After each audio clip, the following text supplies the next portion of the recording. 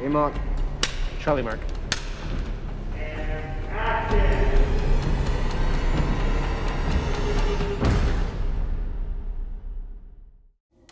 All right, so the story of Locked is about a guy named Eddie who's sort of down on his luck. He's from the streets, he does deliveries, and he needs money to fix his van. It's everything I have, man. That's my rent money. You're short, $475. I know. I can get you the rest by Friday. I can. And come back Friday.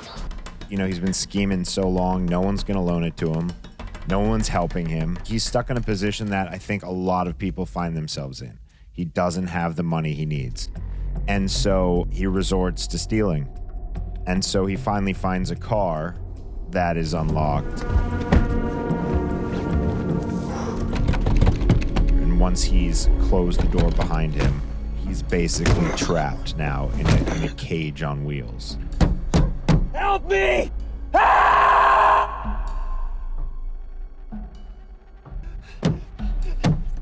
Hello? Hello, can you hear me? Are you there? What do you want? Well, I'm the owner of this car. Is that all you have to say for yourself? Well, do I have your attention now? William has built this car, who's played by Anthony Hopkins, and he's had problems with his car getting broken into a lot. The vehicle you broke into belongs to me, and quite simply, I've had enough. And he's fed up with the crime. He's fed up with the corruption. And so he's on a vigilante mission, and we'll feel his wrath. The interior is soundproofed. I've also jammed the cellular. The two of them, it's a battle of wits and a game of survival for both of them. I'm hurt, man. I'm dying. I don't care. I set a trap, and you took the bait. Simple as that. Eddie is he's the kind of guy who's just floating through life. I think what's surprising about him is how clever he is, how smart he is. I think when you see him, you think he's sort of a dumbass, someone who isn't really capable of anything.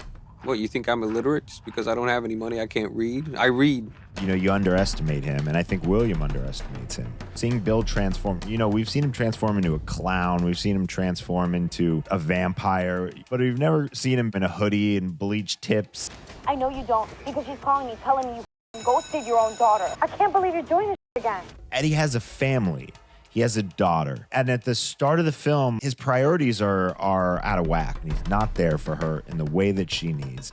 But he's going to go on a journey of self-discovery and learn about what's really important in life. Dad? Yeah? I still love you. It's a tough line to toe, playing someone who is both a thief, a criminal, but he's lovable. He's so sweet and he's so likable that it comes through in the character. You can't help but root for him. I want to go home. We can never go home again, Eddie. Hello, Eddie. I'm William. You're in my car. Why bother stitching me up? Just to let me die. Let you die? Oh, you've got to be kidding me. No, I've invested a lot of time and money into this project, and I want to enjoy it. So William is an enigma. He's this mysterious voice. You know, he has a lot of opinions. What is important to me is that you understand the pain that you cause. I love what Tony has brought to this character. We've seen him be this sort of brilliant mastermind, but we haven't seen him be this sort of unhinged, just angry man. I'd look at Anthony Hopkins on Instagram, and I would see this persona that I didn't recognize from his movies. You know, he's so big and he's so bubbly and he's having so much fun. And that sort of inspired a lot of William for me.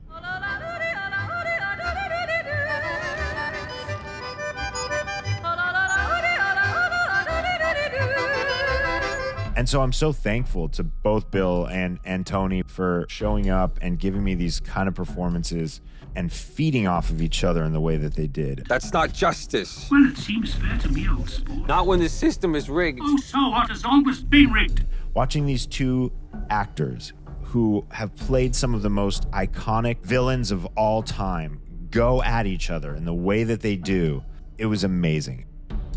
So I wanted to take this in places that we really haven't seen before for a movie like this, to really shoot it in a cinematic way. You know, oftentimes when you're trapped or contained in a little spot, It limits how you can shoot it, but I didn't want to be limited. I wanted it to still feel like a movie, you know, and feel big and take big, ambitious swings with its cinematography without having to surrender to just the scale of the box he's trapped in.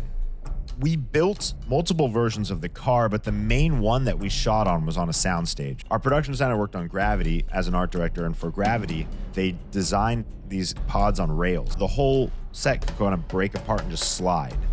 I think it was 8 pieces. It broke apart in 8 pieces. And so you could just literally grab a section of the car and slide it away. So that allowed us to do all these crazy, complicated things. I mean, that oneer where we're just going around and around. We had teams of people moving parts of the car out of the way and bringing it back and sliding it back and forth. And I wanted to be able to do things inside the car that no one's ever done before. Some stuff you've never seen before. Part of that was Dan Sasaki at Panavision building us lenses that were super unique. When you're shooting in a contained space, these lenses naturally wouldn't have even been able to be in focus. So all the lenses had to be modified. Typically, I think it's like 3 to 6 feet is the minimum focus distance. So we had lenses where the minimum focus is millimeters or centimeters off the lens.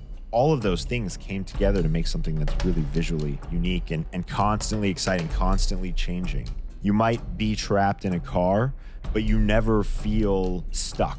The stakes are always raising. It's just tension. I wanted everyone to see this movie and just feel tense, worry for Eddie, and be completely invested in him getting out. There's things you can't fake. The quantity of reflections and the way the glass interacts. If a car's moving, how your body shifts, the adrenaline rush in your face, the fear, it's all real. And Bill was on board to do it real. So, I mean, we did as much real as possible. We built a stunt car where we were sliding that car, you know, barreling down alleyways and stuff. We put Bill in the car with a stunt driver and just let him go crazy. I wanted so little digital in this movie that a lot of what you end up seeing in the background is actually printed backdrops. If I had to fake something, I'd rather fake it in a practical, old school Hollywood kind of way and not a digital way. There are visual effects in the movie, but we tried to do as much practical as humanly possible. And I think all those choices we made in the filmmaking process helped make it really feel real. And I loved being able to work with my team. My wife is my costume designer. We creatively inspire each other in such cool ways. And then Mike D, I got to work with Mike D again, Mike Dallatorre, the cinematographer who has shot almost everything I've done. He and I have been through everything together, and we communicate telepathically at this point. So getting to work with my team, Sam Raimi, Pierre, my first AD from Nightbooks, bringing him back, having that dream team assembled was such an amazing thing, and you can see it, you can feel it. It just elevates the whole thing, having a team that works well together, that loves working together, and really one of the best crews I've ever seen. Passionate for this movie. I feel incredibly fortunate, and I think we're all incredibly proud of it. We all made this movie for you, for the film goer, for someone who likes movies, who wants to go to a movie and they want to be entertained. This is for you. When I made this movie, more than any movie ever, I just kept thinking about the audience. I wanted to put you through things. I wanted you to feel a lot of things. I wanted you to root for Eddie. I wanted you to feel William's pain.